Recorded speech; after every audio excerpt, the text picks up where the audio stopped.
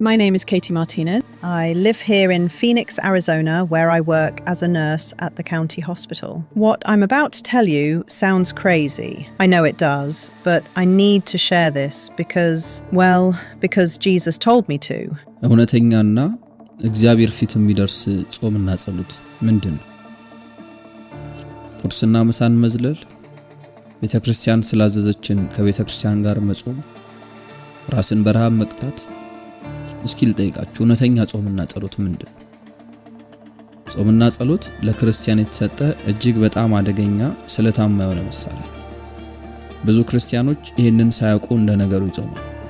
ብዙዎች ደግሞ ሌሎችን ተመልክተው ብቻ በደንብ ሳይገባቸው ይጾማሉ። ነገር ግን እውነተኛ ጾምና ጸሎት ምን እንደሆነ እውነተኛ ጾምና ጸሎት ውስጥ ስናልፍ ደግሞ የሚፈቱልንና የምናገኛቸውን ነገሮች በዚህ ቪዲዮ የምንመለከት ይሆናል።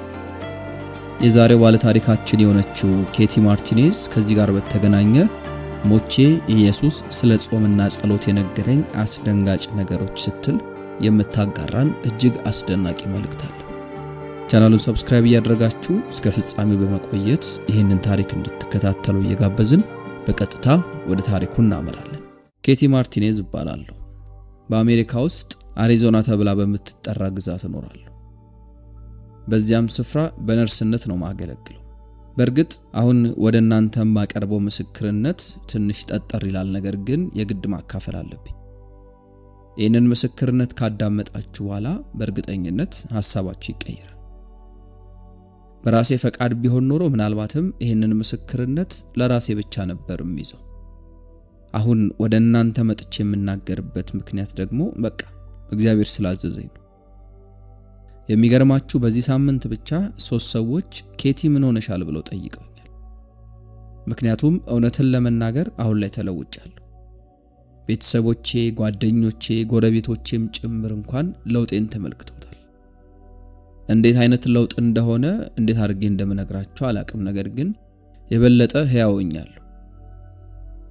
ነገሩ እንደዚህ ነው። ይኸውላችሁ የሆነ ቀን ከዚህ በፊት አድርጌ የማላቀውን ነገር ለማድረግ ተዘጋጅቻለሁ። ምንድነው ነገሩ ብላችሁ ከጠየቃችሁኝ እውነተኛ ትክክለኛ የሆነ ጾምን ነበር።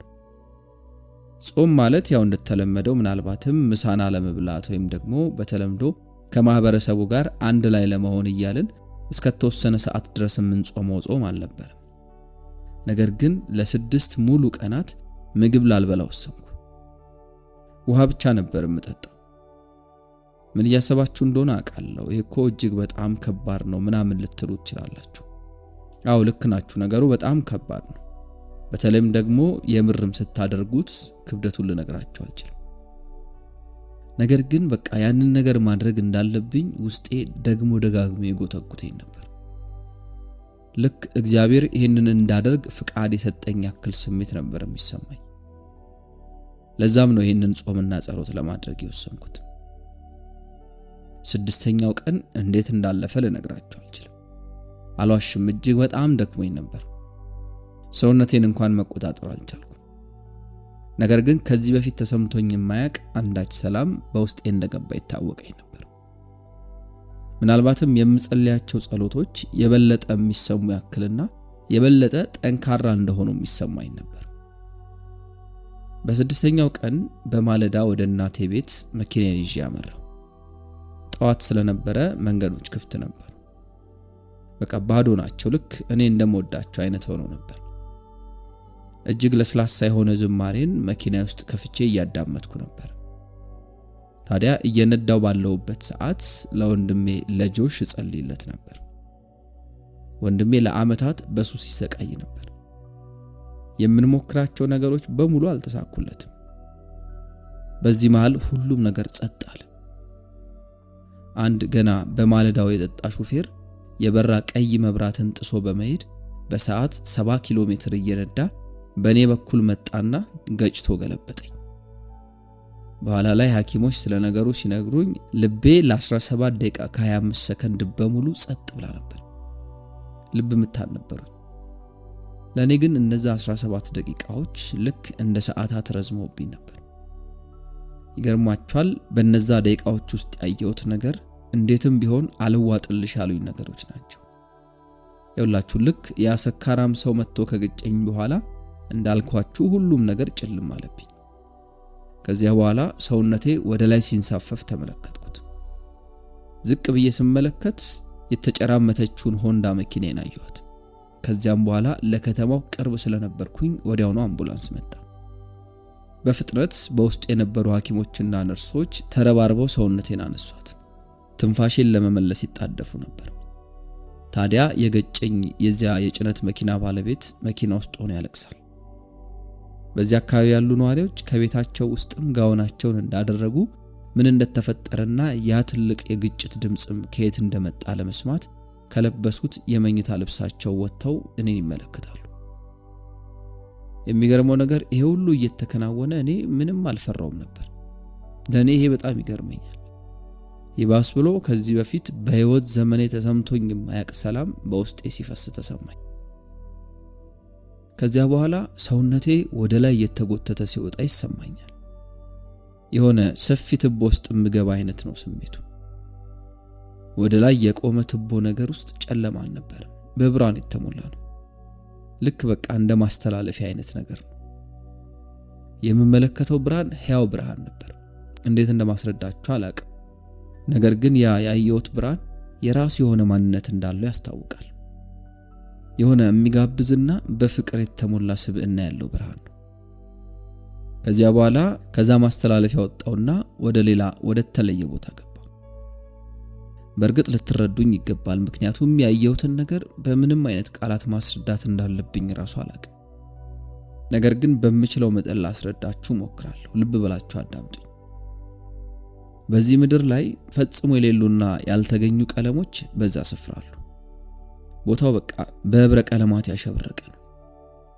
ከዚህ በኋላ የሆነ ለስላሳ ለጆሮ የሚጣፍጥ የሙዚቃ ቅላጼ ከየአቅጣጫው ይመጣ ነበር።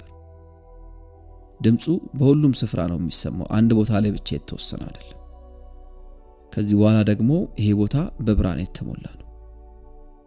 ከፀሐይ የበለጠ የፈነጠቀ ብርሃን በስፍራው ነበር። ነገር ግን ይህንን ብርሃን ልክ እንደ ፀሐይ ስታዩት አይናችሁን አያማችሁ።